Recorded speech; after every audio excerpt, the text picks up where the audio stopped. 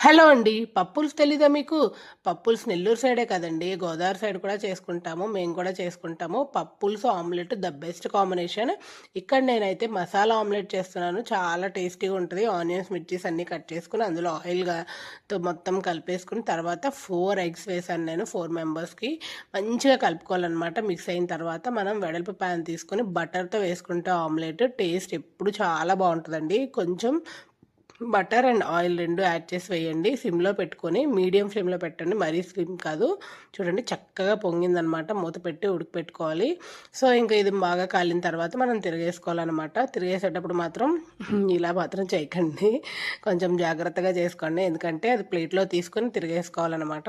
ఇక్కడ నేను మా హస్బెండ్ కలిపి నేను చేస్తానని దాన్ని అలా బ్రేక్ చేసామనమాట. ఇంకా తర్వాత ఇంకా మా పప్పు అండ్ అలాగే ఆమ్లెట్‌తో ఎంజాయ్ చేసాం మా లంచ్. వీడియో నచ్చితే లైక్ చేయండి. బాయ్.